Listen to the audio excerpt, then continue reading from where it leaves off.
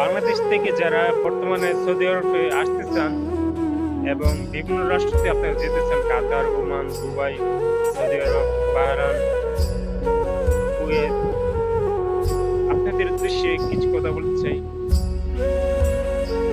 এই প্রবাসী আসতে কমপক্ষে আপনার ৫ থেকে ৬ লক্ষ, কুয়েতে আপনি যেতে হলে মিনিমাম ৭ লাখ, ৮ লাখ, ৯ লাখ, ১০ লাখ এরকম খরচ হয়।